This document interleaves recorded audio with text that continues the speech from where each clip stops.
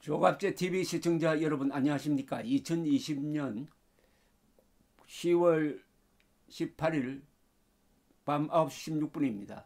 윤석열 검찰총장이 이례적으로 직접 언론을 통해서 추미애의 법무부를 반박했습니다. 자신이 라임 사건 의혹과 관련해 가지고 수사 지휘에 문제가 있다는 법무부의 발표를 반박을 하면서 이런 표현까지 썼습니다.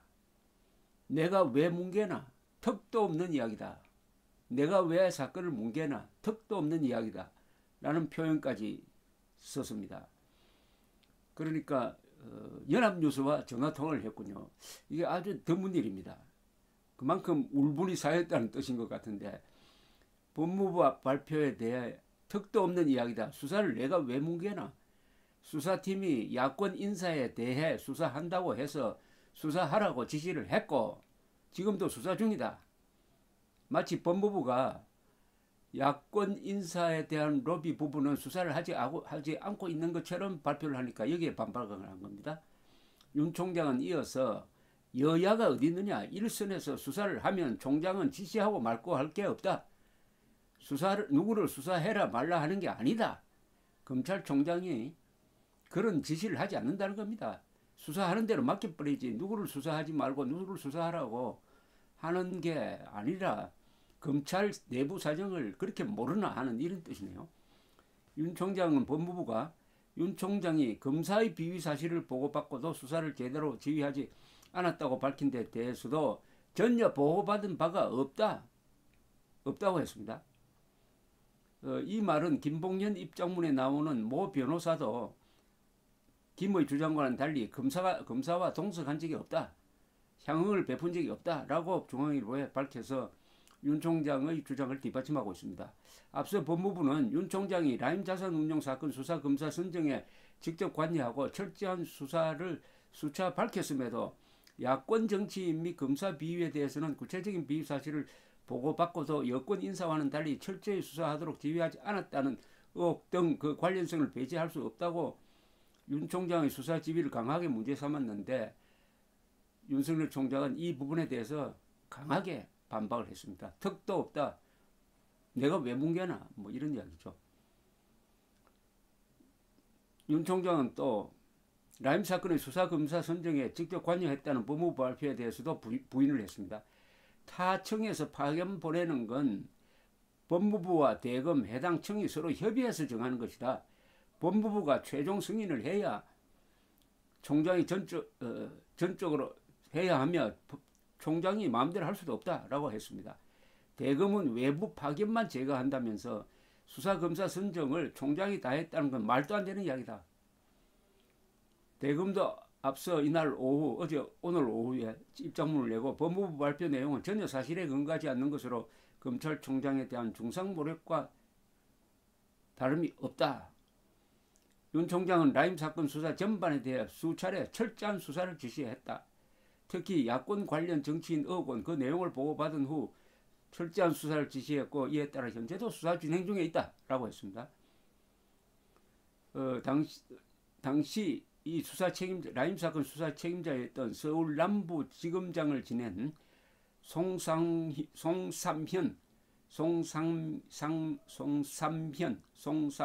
전 지검장도 중앙일보와 통화를 하면서 법무부의 의혹 제기를 부인을 했습니다. 송 전 지검장은 야당 의원 비리 의혹에 대해서 윤 총장에게 보고까지 이루어진 사안이다. 이를 윤 총장이 못하게 하거나 막은 적은 한 번도 없었다. 라고 주장을 했습니다.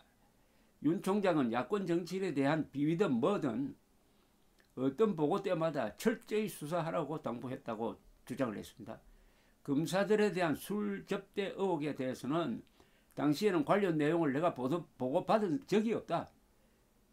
따라서 윤 총장에게 보고한 적도 없다. 라고 딱 잘라버렸습니다. 당시 수사팀에 속했던 다른 검사 역시 송 전 지검장과 마찬가지로 야당 정치인에 대해서는 보고를 거쳤고 지금까지도 수사 중인 것으로 안다. 검사 향응 의혹에 대해서는 전혀 보고받은 바가 없다. 김봉현 씨의 입장문 공개로 처음 알게 됐다라고 말했습니다. 문제는 김봉현 그 입장문에 나오는 검사와 동석했다는 A 변호사가 중앙일보와 인터뷰하면서 한 적이 없다. 그때 현직 검사 세 사람 나오지 않았다. 또 수사에 착수하기 전인데 무슨 검사를 부르느냐. 없다. 라고 딱 잘라 이야기를 했습니다. 그런데 법무부가 김봉현을 만나서 김봉현 말만 믿고 검찰총장이 수사를 무슨 뭉개는 것처럼 이런 식으로 이야기를 하고 있는 것으로 현재는 보입니다. 법무부의 주장을 뒷받침할 만한 게 김봉현밖에 없는 것 같아요. 그런데 법무부 일처리가 지극히 공작 냄새가 나는 것은 어떻게 한 사람 이야기만 듣고 감찰을 지시하느냐 이거예요.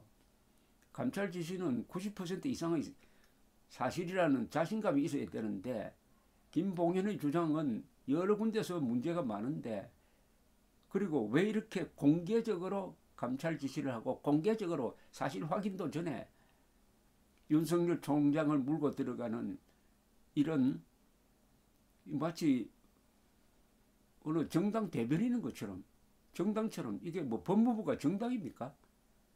법무부가 혹시 민주당의 제2중대쯤 됩니까? 왜 이걸 정치화합니까?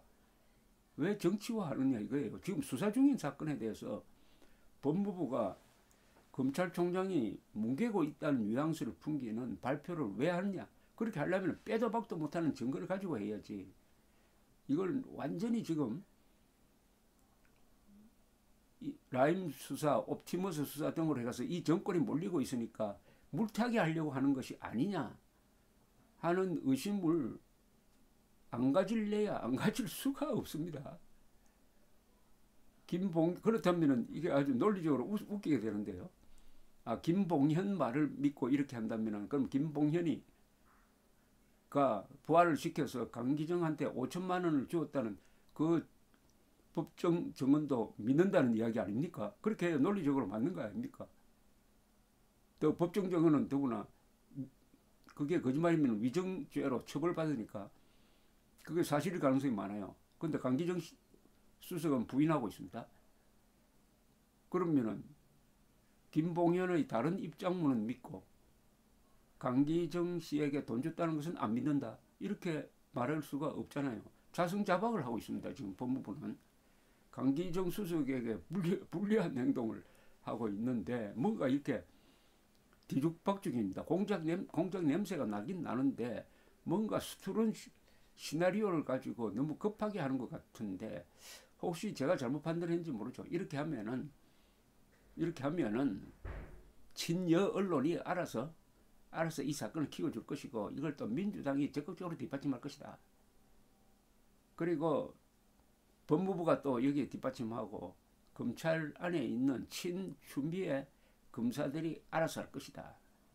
해가지고 자신 있다라고 밀어붙이는 것 같기도 한데 어쨌든 앞으로 공방전을 통해서 진실이 아마 드러나긴 날 거예요.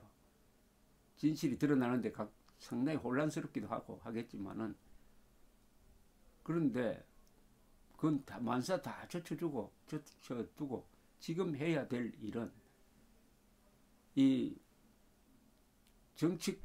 라임 그리고 옵티머스 이른바 펀드 사기 사건에 연루된 이 정권 측 사람들 수사가 먼저입니다. 야당 수사가 먼저가 아니에요. 몸통 수사가 먼저 돼야죠. 야당이 몸통이겠습니까? 깃털이지. 수사의 우선순위는 어디까지나 정권에 대한 로비, 정권의 비호를 파헤치는 겁니다. 작년 7월에 문재인 대통령이 윤석열 총장을 임명하는 그 자리에서 이야기했지 않습니까? 산 권력을 수사를 해야 된다. 청와대든 뭐든. 그렇게 해야 국민의 신뢰를 검찰이 받고 바로 그것이 개혁이다라고 이야기를 했으니까 윤석열 총장은 문재인 대통령의 지시를 지표로 삼아가지고 밀고 가는 수밖에 없습니다. 오죽하면 검찰총장이 기자와 통화를 해가지고 공개적으로 턱도 없다. 내가 왜 뭉개느냐 하는 이런 울분을 토했겠느냐 하는 생각이 듭니다. 이 진실을 덮기는 좀 어렵습니다. 권력으로도 어렵습니다. 비리법권천이란 말이 있습니다. 잘못된 것보다는 이치에 닿는 것이 우선이고, 리치보다는 법이 우선이고, 법보다는 권력이 우선이고, 그럼 권력 앞에 아무것도 없느냐? 권력보다는 하늘 천이 있다. 천, 비리법권천이라고 그러죠. 천은 뭐냐? 역사의 대세 또는 민심을 뜻하기도 합니다. 민심, 즉 국민이죠.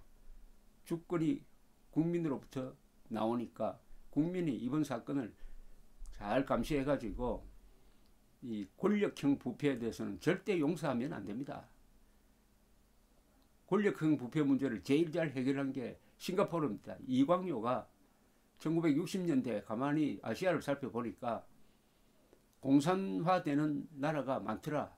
젊은 사람들이 우리나라의 지도부는 다 부패하고 공산당은 모택동 공산당은 깨끗하다. 이래가지고 마음을 공산주의에 맡기더라. 이래서는 안 되겠다. 어떤 경우에도 깨끗한 공직사회를 만들어야 되겠다 해가지고 때로는 무자비하게 이 공무원 부패를 처단함으로써 오늘날 싱가포르가 공산화되지도 않고 근사한 도시국가를 만들 수 있었습니다. 인간은, 특히 공직자는 깨끗한 만큼만 용감해집니다. 깨끗하지 못하면 약점 잡혀가지고 용감해질 수가 없습니다. 대한민국 지금 공무원 집단이 왜 이렇게 문재인 정부의 반국가적, 반헌법적 행위에 제동을 걸지 않고 질질 끌려가느냐 하는 것은 그만큼 깨끗하지 못해가지고 약점 잡혔다는 것 아니겠습니까? 이번 기회에 이 환부를 도려내야 합니다. 감사합니다.